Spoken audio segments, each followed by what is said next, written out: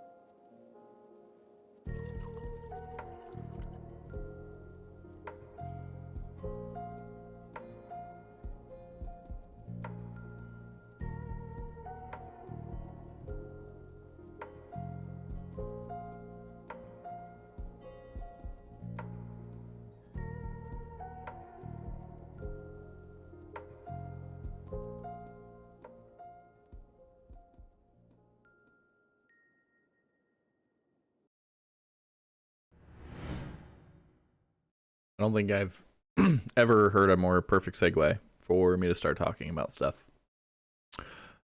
Hello, everybody. So I wanted to start by talking, and that's not something I usually do on my stream. And I feel like I'm starting this like it's like an apology video or something, but it's not. Whoever made it or may, oh geez, I'm so sorry. Anybody who may or may not know, I did something really cool this weekend, and I need to stop swinging. I keep doing this thing where I just swing in my chair. I gotta stop it. It's like a fidget. But I did something cool. I went to PAX East for the second year in a row. And while there were some friends who couldn't make it this time, it was still a lot of fun. And there's a lot to talk about. I don't want to take too long because Kazan, I found out, is nearing the end. And you know what comes after Kazan. It is the full Devil May Cry series playthrough. And I could not be more excited to start Devil May Cry in May. But there's a couple of things that I want to do before we get to talking about PAX. This will be a clip posted specifically for YouTube. I mean, I'm streaming it as well, but YouTube is going to get to see a side of me that's not just like jump right into gameplay and start doing some adjusting on screen. So I don't get to do a whole lot of like, hey, here's who I am.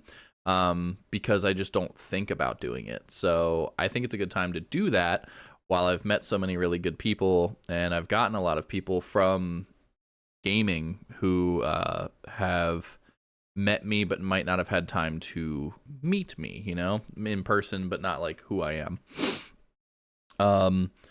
So I think we start there, and then I think we go on to PAX, and then we go into some Kazan after I cut this, and then restart for Kazan, no wait screen or anything. I'll just go right into it.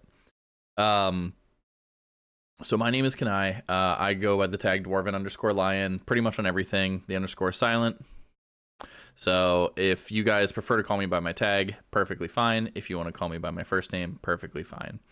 I am a small-time streamer. I have been for about 7... Danny's going to kill me because I don't remember. I think it's 7. I want to say it's 7 or 8 years. Started as part of a stream team with my friend CG Danny B, the one that I went to PAX East with this year, and my other friend Connor, who is now at H0B0 Monkey on Twitch. We started as the Couch Gnomes, which is the CG and Danny's name, and we played games. Essentially, each time we played a game, one of us would pick what game it is, and then it would be that person's turn to play. The other two would commentate. Every now and again, we would have guests on, whether it was from somebody we knew in real life or another streamer or content creator we had interacted with in real life. And then a few years after starting that, I had moved to another state, and it got really hard to manage the channel. Danny was seeing a lot of success with the channel and was doing a lot of work, putting in a lot of time and effort into it. And he proposed the idea of him buying the channel. And I gotta commend him for that, man. That was such a like scary thing for him, I'm sure, being like, hey, 2 friends that I started this thing with, I want to be the only one to run it, and I need you two to be okay with me buying it from you. But he did. He had the conversation with us. It happened. He made a very good point where he thinks we could still make content together and whatnot, but it would just be more fairly representative of the channel if we were split up, but still did stuff together every now and again. So we each came up with our individual handles, that being CG Danny B, mine being Dwarven Lion, Connor's being Hobo Monkey. And that is how I got here. We started the Dwarven Lion channel. I moved in with my now wife, and she was perfectly okay with me being a streamer. And I picked up from there with a really bad PC. We played games like Sonic Adventure 2 Battle, and some other games that were just like pretty easy to play on a bad PC. My PC has gotten much better since then, and I've been able to stream a lot more high quality content for you guys, and it has been a blast the whole time. I've taken several hiatuses. I've missed everybody the second I start it to the time I go live again. And I'm always reminded how incredible this community is, whether it's one person that stops out or 10 people that stop out to see me. And I will always have that special connection to what I would currently consider a hobby because I am not making enough money to financially consider it a job. But that being said, let's get to talking about PAX. So Danny, Connor, and I the gnomes, as we've come to refer to ourselves, as well as our friend Chris, or Chris underscore RV2 over on that channel on Twitch, who at the time of me recording this, if you guys are here while I'm live, is also live. Please give him a follow if you're not already. We went to PAX as like a 4-man pod to just explore it. It was all of our first conventions, as far as I understand. Maybe Chris had been to one other, but nothing like this. 3 of our first times flying, most of our first times meeting people we had met through content creation. It was a big deal for us when we went last year. And we had a blast in 2024. It was a lot of fun. We got to meet a lot of great people, do a lot of really cool stuff, try a lot of fun games. Ultimately, us not having experience with it, I think, led to us not being able to do as much as we could have done. And we'll get to that in a second when I start talking about 2025. But a lot of us had the goal of going back the following year. Time skip forward to like the beginning of this year. Danny and I are trying to figure out what's going on for PAX, because the closer it gets, the harder it gets to get reservations, the harder it gets to figure stuff out, and you start getting cut off from being able to get 4-day passes, stuff like that. So I apply for a media badge, I get denied. Perfectly fine, I understand it. Everybody has to start somewhere. Everybody has to get that motivation. Everybody has to get that kick in their pants. Connor decides he wants to focus on getting moving out.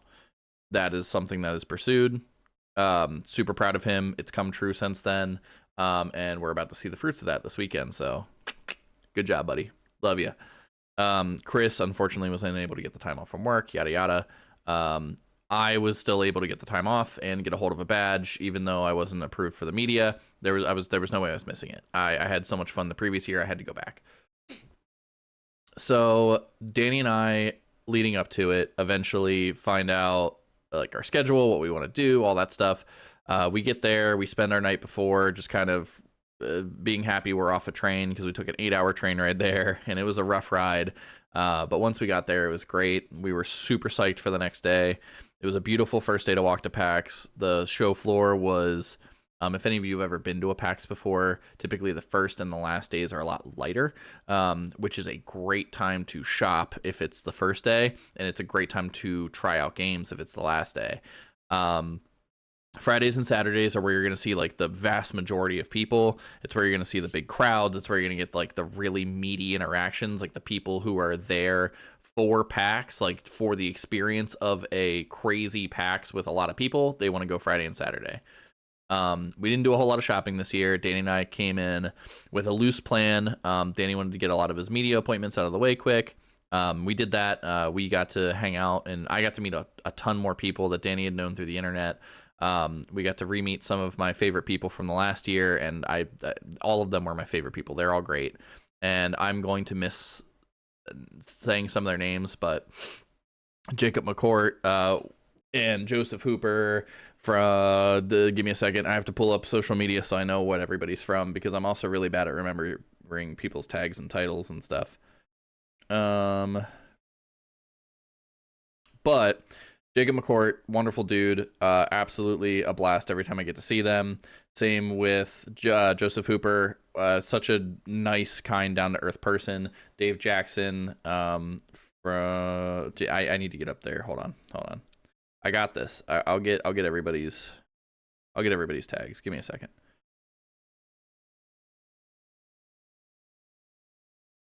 Jacob McCourt from Video Game Trivia, Left Behind Game Club, Cutscenes Podcast, and a few other things. Wonderful guy. Let me pull up everybody else's stuff. I should have came ready with this. This is my bad. Joseph Hooper, also from Player Pod. And that's all like a really fine Joe. I'm sorry, Hooper. I'm sorry, Hoop. But Tales from the Backlog is Dave Jackson.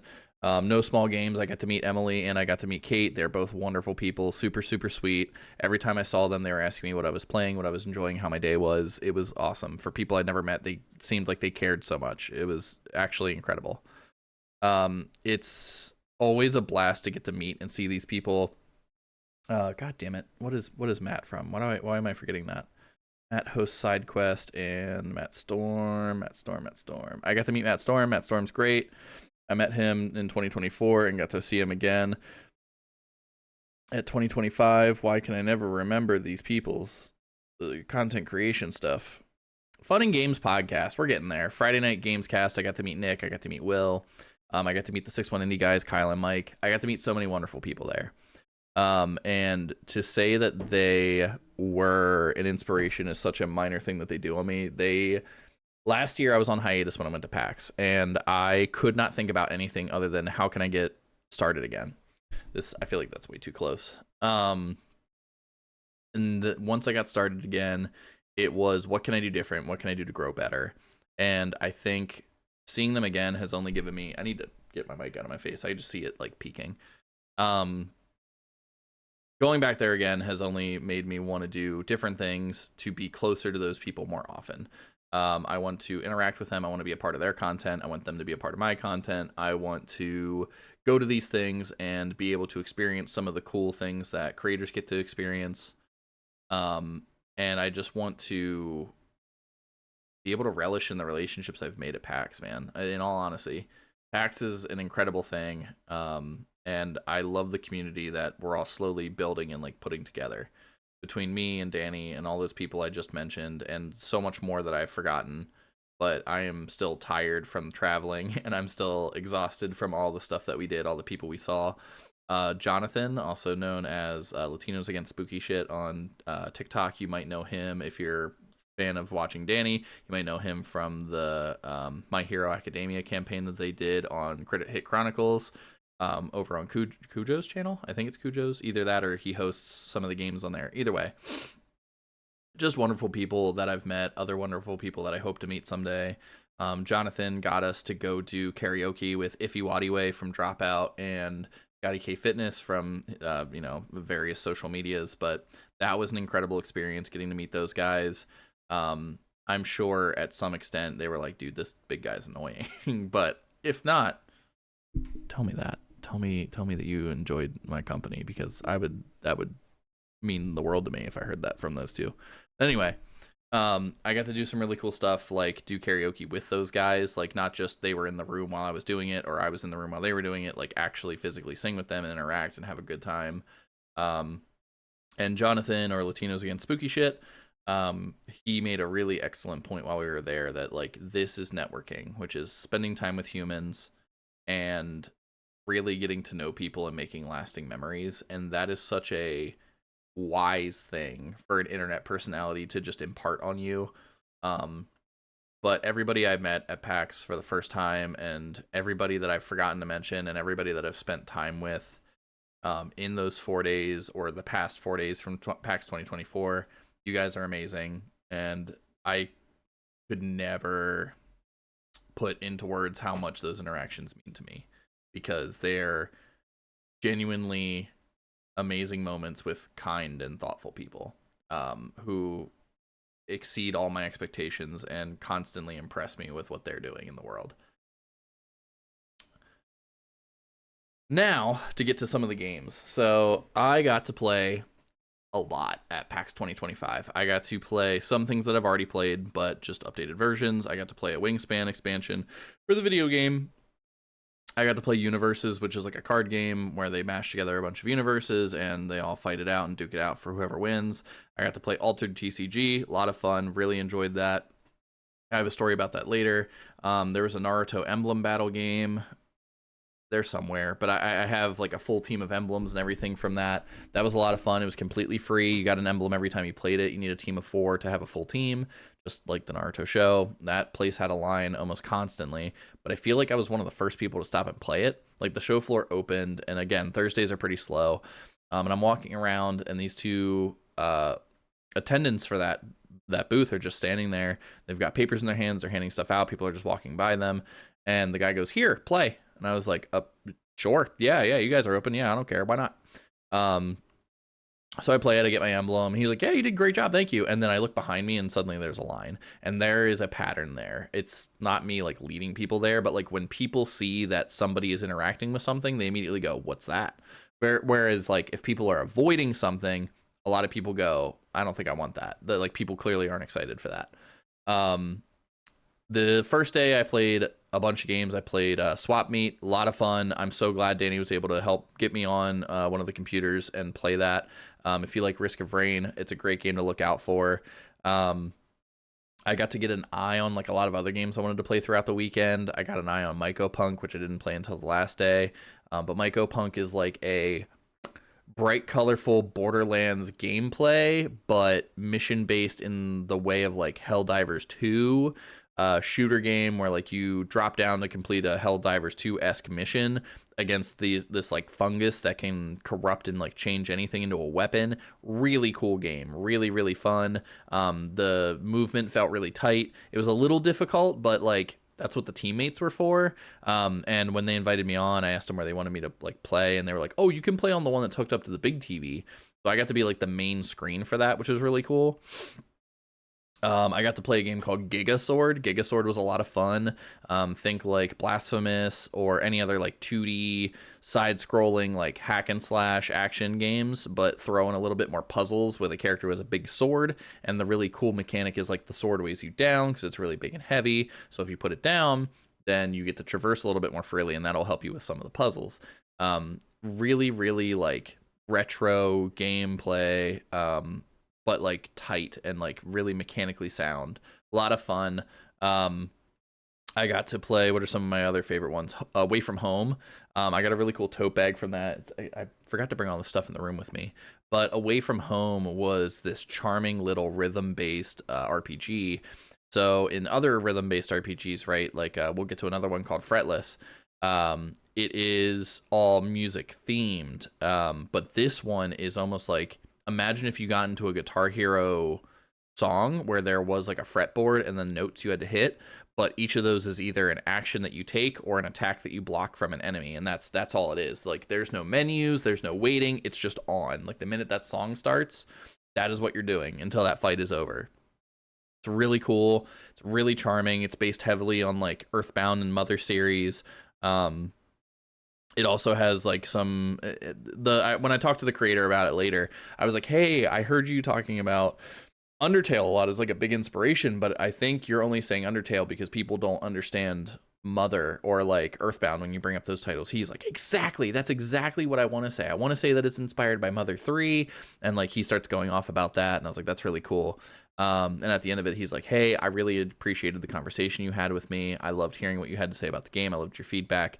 Can you like please take this tote bag? I'm giving it to people who like really give me good vibes and like are talking to me afterwards about my game, not just saying like, 'Hey, good game, man, thanks.'" So that was really cool. Danny and I got to play Ultimate Sheep Raccoon, which is, if you've played Ultimate Chicken Horse, it's Ultimate Chicken Horse on bikes, a la like Trials 3D, if you guys have ever played that, or Trials HD, whichever it's called. So there's like a little bit of physics in it, but it's the same like goofiness, like build traps and try and traverse. A lot of fun. Let me see, what are some of the other ones I played? I got to play Tire Boy. So Tire Boy is a weird one because it's not formally announced, I don't think. So like I can't show any gameplay, which I'm not showing gameplay for any of them, but they were also at a public stage, so like it's out there. Tire Boy is a lot of fun. They say it's very Breath of the Wild-esque. I liken it to Okami with like the fast movement across like large fields, a lot of unique enemy types. Really cool. I liked it. It was a lot of fun. The movement in the tire felt way more controlled than I thought it was going to, and that was something that surprised me in a good way. The game that I think I enjoyed the most was Revenant's Rising. And no, Revenant's Rise? Revenant's Reach, I think is what it is. Because I found out I was saying it wrong all PAX because Danny corrected me in his video. Revenant's Reach. Yes, Revenant's Reach. It is like a Celeste-style movement, but like Dark Souls-esque combat, where there's like a lot of parrying and dodging. There's really cool like finishers and stuff in the game. It's this really cool like 2.5D where like the world's 3D and like moves while you move around it. Great game. It was my game of show. I absolutely loved it. That was one of the ones where like I showed up, there was one dude playing it, there was no like director or producer, nobody standing there to like guide people in. If you've ever been to PAX, there are these red shirt people called enforcers, and they kind of like guide people. I think they're usually the color of the con. So I think red is for East. I think purple is for Unplugged, and blue is for West. I might be wrong on that. But anyway, she's like sitting on the floor, clearly tired. She's like, "You can sit down and play if you want." I was like, "Okay." So I sit down and play it, and I was like, "Oh my god, this feels great." There's like this grappling hook mechanic. You like not bash. You dash in between all these points to like get to certain areas. The enemies are all really interestingly designed. The art's amazing. It's all made by one guy, which is crazy. I played Fretless. Fretless was that other music RPG I mentioned earlier. It is a true turn-based, but everything is music themed. And it has mini games to like empower your attacks or lower the damage that enemies are dealing to you. Very likened to Super Mario RPG. Ton of fun. Love that game. Any of these games, most of them are available on Steam. If not, just keep your eye on them. Look them up on social medias. Follow the developers if they're not available to wishlist on Steam or on whatever console of choice that they may be coming to. But the developers of all these games just put in so much time. The amount of times I got to say the sentence, "I can really tell the love and care that you put into this," by this. They were like, "Yeah, thank you so much. I appreciate hearing that." And I think that's what it's all about. It's about these developers who are like, "Man, how am I ever going to beat out X game? However, how am I ever going to compete to this?" And then they get to meet all these people who genuinely care about the hobby and want to see their game succeed because they enjoy it. And I think that's so big. I'm trying to think of some of the other games that I played, because I played so many while I was there. I played a game called Sigils of Nightfall. That was a lot of fun. It is very much just like, and I even told the guy this. He's like, "Yep, that's exactly what I get a lot." It is very much like Darkest Dungeon aesthetics with Slay the Spire gameplay. Super fun, really really cool. I love the way it looks. I love the world of it. It's very like grimdark and like musty. But everything's like these flat, really well illustrated, very stylish, like black, white, and red. Really really cool. But it's almost set up like a dungeon crawler, so you have to move room to room instead of like the branching paths. There's like checks that you have to make with like dice that are unseen, so it's cool. I was a big fan of that one. I did really well, and the guy's like, "You did great." And I was like, "Thanks. I play a lot of Slay the Spire, man." Same with Swap Meet. I had to stop myself from playing it because the game broke. There was like an objective that I couldn't complete because it wasn't popping up, and the guy was like, "Hey, is everything okay?" I was like, "Yeah, I just had to stop playing it because like I'm not dying." And he's like, "Oh yeah, no, I appreciate that. Like we've been having a lot of long gameplay loops in this game recently." Um, and then I did the same thing for Fretless. I beat the first boss and was like, "Hey, I'm gonna put this down." So many cool developers I talked to. I got to play a game by Toge called Undusted, and I got to meet one of the heads of Toge, Arya. He was great. He was so nice to talk to. He gave me and Danny so much stuff. If you're familiar with Coffee Talk, Toge made that game. I got to play Undusted, which is like a cleaning simulator. And every item you clean, once you hit like 70% clean on the item, you get like a hint towards other places you can clean on it. And then once you hit like 90%, you can choose to like skip the rest of it, or you can choose to hit the 100 and it'll automatically end. I think it's 99 actually. I think you can get the 99 and skip it, or you can get to 100. But either way, there's like, we asked him, we're like, "Is there a point to that?" He's like, "No, not really. It's just kind of for the people who want to do it." And I was like, "Oh, I'm gonna want to hit the 100." I was having fun, just like cleaning and polishing stuff. And then once you're done the items, you get this really cool, like almost sad story, but it's like real. It's like one of those realistic, like, "Oh yeah, I know exactly what that's like." And that was a lot of fun. I really enjoyed that, and like talking to that developer. All of the developers honestly were great to talk to. I'm trying to think of some of the other games I got to try. I got to try Rightfully Barry Arms, which was like a Gungeon clone, very similar. Very much just pick up guns, go shoot stuff. Cool little graphics, very like funny and goofy like item names and stuff like that. I'm like struggling to think of other ones. I really should have written some of these down, because there are a lot that I played while I was there, and there's a lot that I did. We got to do Video Game Tinder, which was one of the panels. It was just a bunch of big goofy nerds talking about which video game character they would or wouldn't date. I love that. We got to see the opening, the welcome to PAX via Greg Miller and Ben Starr. Always love to see Ben Starr and stuff, as we're about to see when I play Kazan. I love the guy's voice acting. He's absolutely amazing. Greg Miller was really humbling to see, like, some of the things he had to say about his rise. It's like, just do it. You know, that's what I had to do. I had to wake up every day and do what I wanted to be. Because if I didn't do it, nobody else was going to, and nobody else was going to get me where I wanted to be. I love that. It's a very cool interview between two people who really like clearly respect each other. Um, then we got to do Danny's panel, which was it wasn't his panel, it was Jacob McCourt's, but Danny was on it.